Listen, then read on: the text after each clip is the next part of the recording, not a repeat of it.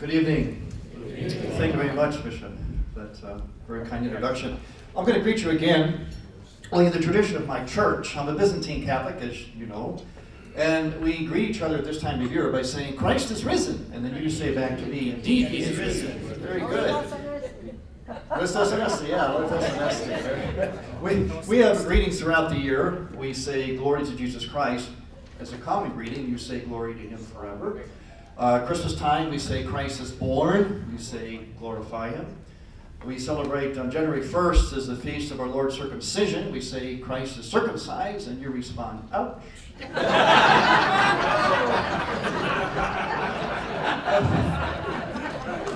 But right now it's Christ is risen. Indeed, he is risen. It's wonderful that we are here, that you are doing this, because, as you know, the name of my radio program is called Light of the East. It comes from the title of an apostolic letter by St. John Paul II called Orientale Lumen, which means Light of the East. And in that letter, it's an apostolic letter. It's not exactly scribbling on a napkin, although great ideas have come from scribbling on a napkin. But this is an apostolic letter, 1995. And he says in that letter that we are to learn about the Eastern churches. He says the church must breathe with both lungs. And the reason why we should is two reasons, he said. To work towards unity in the church and to be enriched by the gifts of the Eastern churches. As you know, if you've listened to my program, which I'm sure you do religiously every Sunday, right? Pun intended.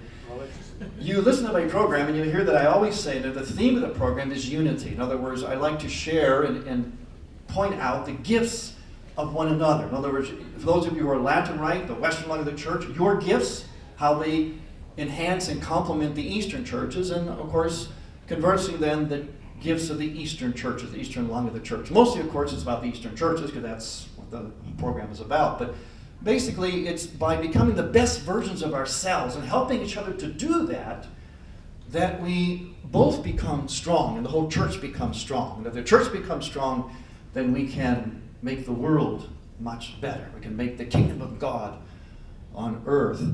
If we're not really knowing what a Byzantine or an Eastern Rite priest or Eastern Rite really is, I'll explain it to you by taking you through 2,000 years of history in about 2 minutes using two models. We have two models here today. I'd like my models to come forward. Okay, stand up front here. Stand in front of the podium here. Okay, you stand to his left. Switch places. All right, stand together. Okay, very good. Who do we have here? Eva. Jim. Eva and Jim. Okay, for the rest of you, while they're standing here getting ready, for the rest of you, I want you to think back to grade school geography. Remember the hemispheres of the world? Northern, southern, east, west. Okay, think of the east or western hemispheres, right? Name a country in the east, real quick. Eastern hemisphere, any country in the east. Turkey, very good. A country in the west, real easy. United States, very good. Okay, now would it surprise you if Turkey, a country in the east, would have a different culture, different history, different language, different foods than a country in the west? Would that surprise you?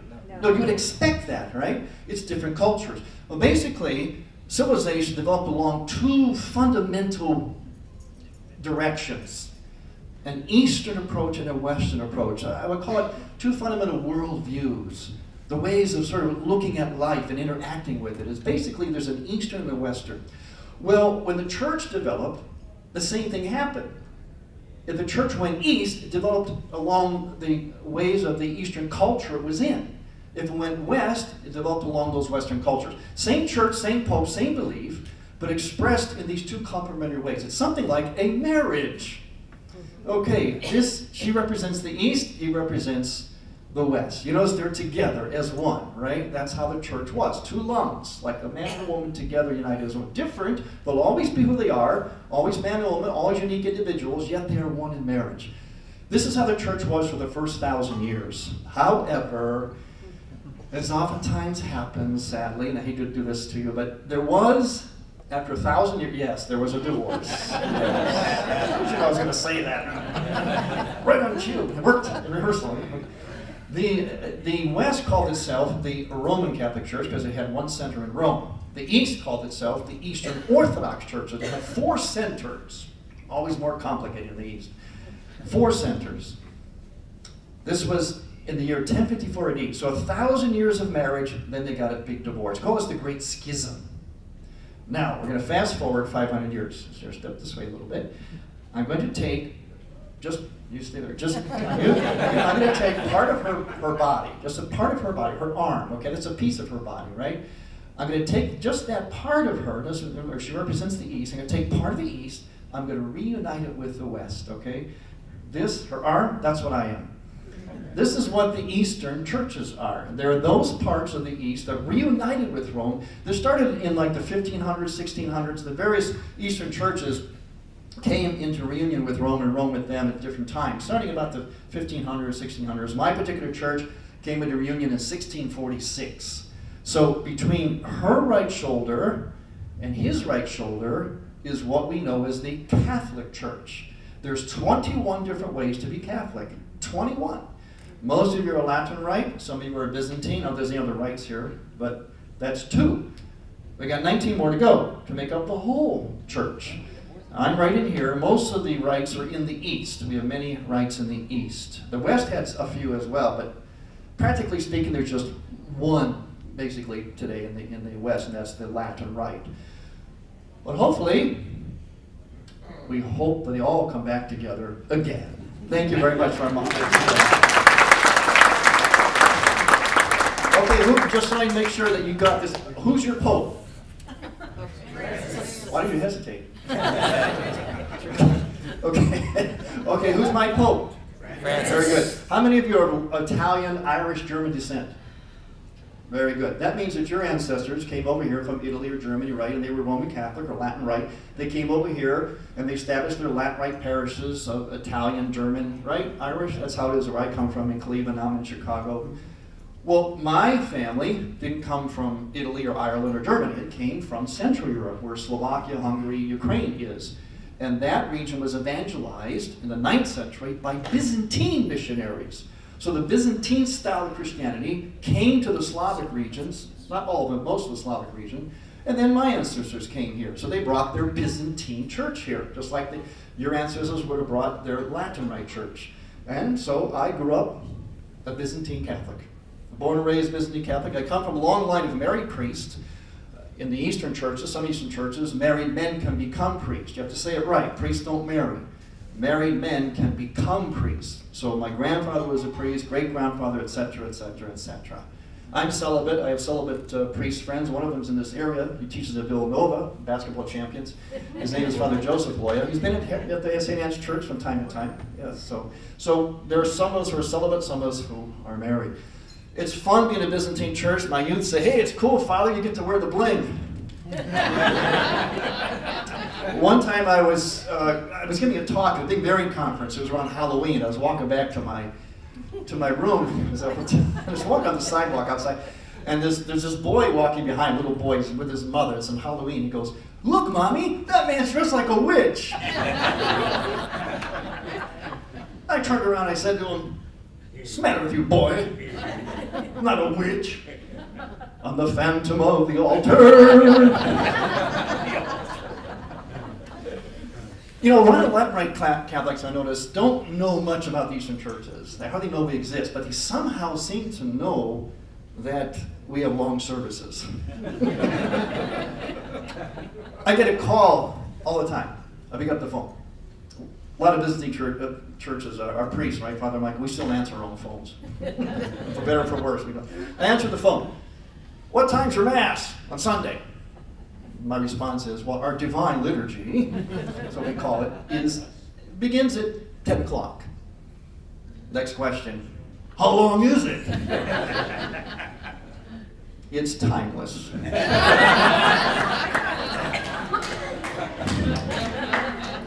You know, it's amazing. About an hour and a half. Talk about the gifts of each other's churches.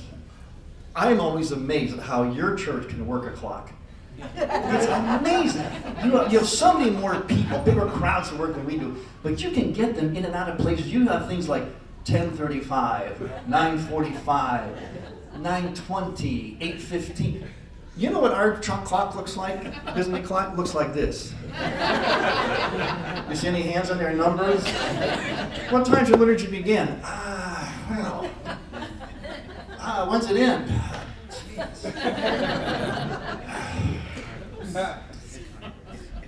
What? To be Eastern, though, is to provide, I believe, you've heard me say this on the radio program, I believe, is to provide the round peg, a round peg, for the hole that is in the soul of Western civilization. We both need each other, but the Western world, the modern Western world, has a hole in its soul. A round hole in its soul. For all our other glories, got a hole in us. And the Eastern churches, their gift, I believe, to the West, is a round peg for that round hole.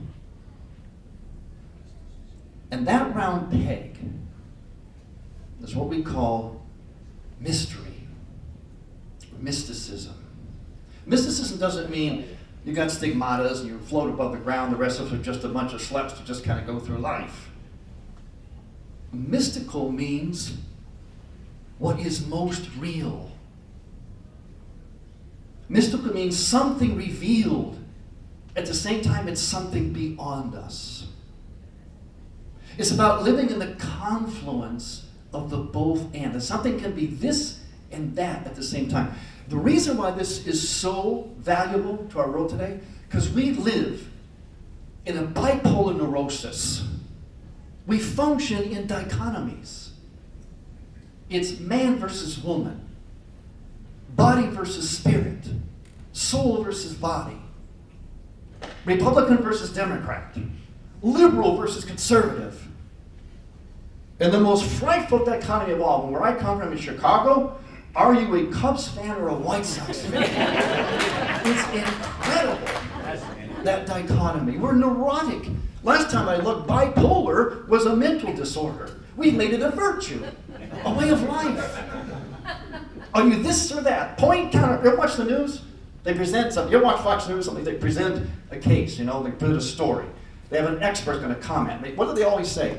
And for the other side of it, it's always black and white. It's always this or that, like a pendulum. There's no both and. There's no meeting point. There's no mystery. G.K. Chesterton said that mystery is what keeps us sane. Without mystery, we go mad. And we have gone mad in this world. In the modern Western world, because we're always trying to think things out. Like as if we can even put God in a box. As though we can be on top of everything. We can reinvent now even our genders. We can reinvent the whole order of creation.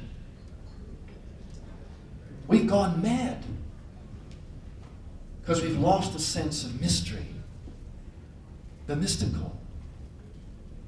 The mystical means that we see, and this is the starting point of the Eastern spirituality.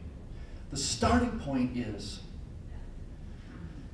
this ineffable, invisible, incomprehensible, immeasurable. Notice how I say all the negatives?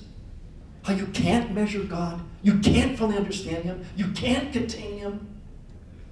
We find out the truth about something by what we do not know about it. God always lies so much beyond us. Yet that transcendent God, our starting point is the other holiness of God. Do you know why our liturgies are long? Because our prayers are long. Do you know why our prayers are long? Because we strive constantly to find yet another word to try to describe so great a God is ours. No word suffices, so we bring in another word. No description can contain Him, so we bring in another phrase, another description. It's like we can't stop trying to describe. So transcendent and holy a God is ours.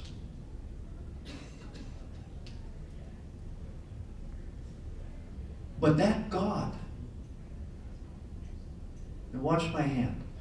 That God who is out there, so beyond us, has bent down to us.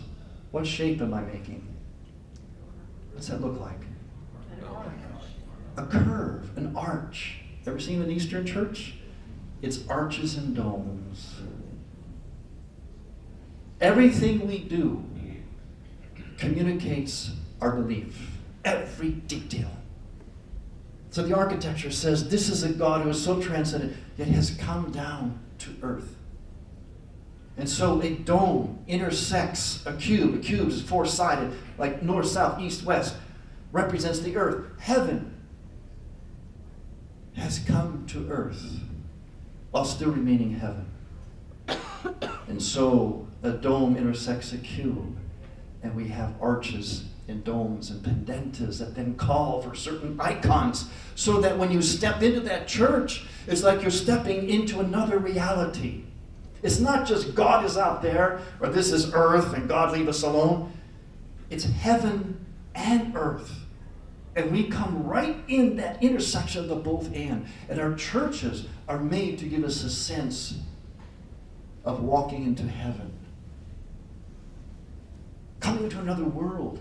A world where heaven and earth intersect, where heaven has infused itself in earth. And we see God everywhere, in all things.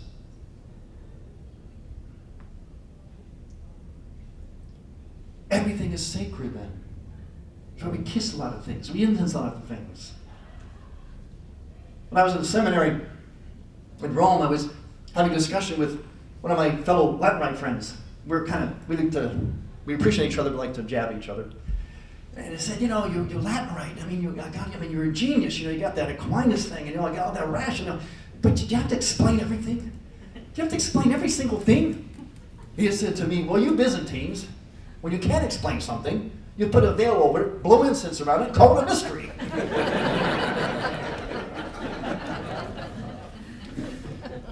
So we need each other.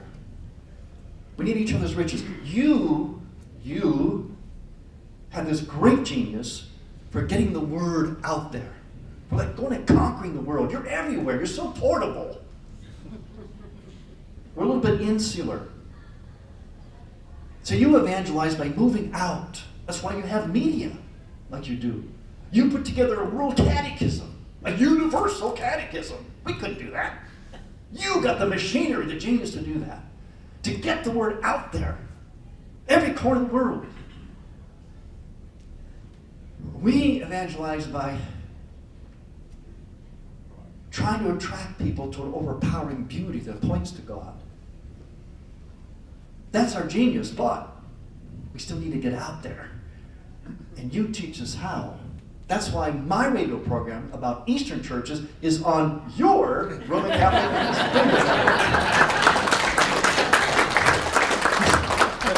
So I got the goods, but you get it out there.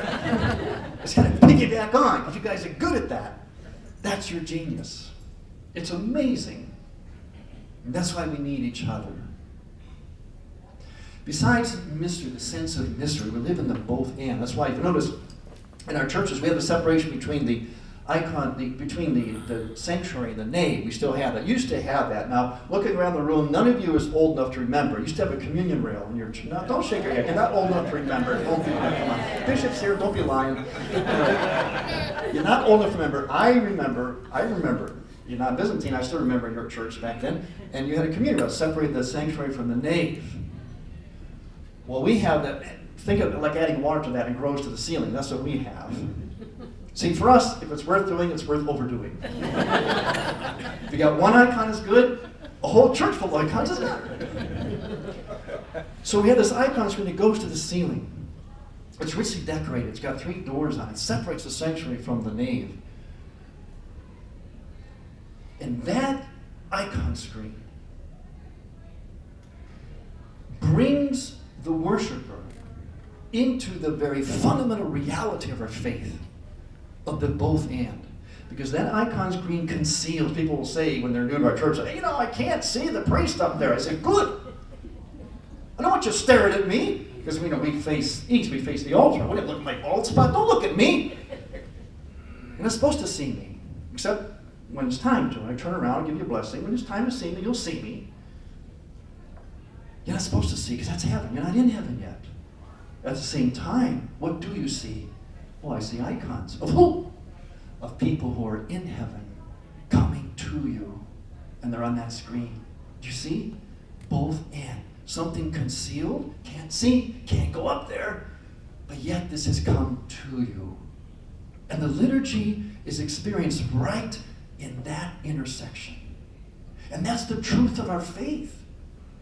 God has touched the earth. He's incarnate himself. But heaven is not fully here yet. We're en route. It's not either or. It's both and. That's called integration, sanity, wholeness, holiness, mystery. There are two other pillars of the Eastern churches that I think are vital to our world today. One is monasticism. Isn't it interesting that the church that has a married clergy is the very church that created celibacy? Now, some married people are kind of laughing. Yeah. Celibacy came out of monasticism. St. John Paul II, in his apostolic letter, one time Lumen, said that monasticism is the reference point for all the baptized. Why? Because monasticism is simply a radical living out of the same baptismal promise that we all take, to die to our false selves and to rise to our true selves in Christ. Monasticism is that discipline to say no to ourselves for our fallen passions, and boy do we need that today in a narcissistic world, a world of entitlement, of demanding, of self-centeredness. How we need to develop the discipline to say no, instead of enshrining our feelings and acting on them. If I feel this way, I act this way, because it's all about me. No. You say no to yourself and yes to your greater self. That's monasticism. St. John Chrysostom, the great 4th century father of the Byzantine Church, says that you want to be happily married? And I say this to my pre-Cana couples and the couples that I counsel in marriage. So you want to be happily married? Be good monks. What? What do you mean? Yeah, be good monks. Die to yourself. Live for the other. That's the monastic element in your marriage. Marriage and celibacy. Once again, they're not bipolar. They're two sides of the same coin. That's why they're revered in the Eastern churches. Two sides of the same coin. Two sides to choose to make that free, faithful, full gift of self. To die to self, make a gift to the other. Conversely, the monk, the celibate, learns from the married couple how to live their celibacy in a spousal way. Why do you think we're called father? If you're a father, it means you have a wife and children. And that must be real, because we're really called father. And that hasn't changed, has it? Which means we really must have a child and a spouse. It's just that it's a mystical spouse. It's a mystical child. Just as real as your own spouses in sacramental marriage, as your own children. In the Russian Orthodox tradition, you know what the tradition is for a married couple when they're married? No, they don't go off to Indonesia to some kind of a destination wedding with a Hindu, even though they were born and raised Catholic. No. You know what a married couple does after their marriage in the Russian Orthodox tradition? They go to a monastery for a week to learn how to become married. That's living in the both hand.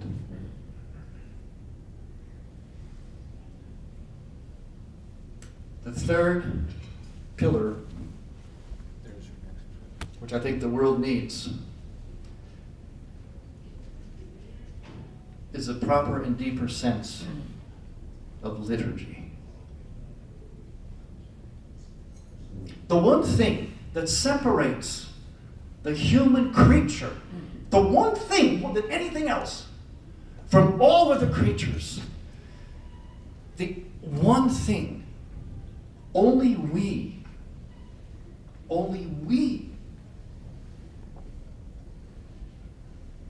can look at the created world mystically, see God's presence infused in it, and respond to it with the only sensible, honest response: thanksgiving and offering.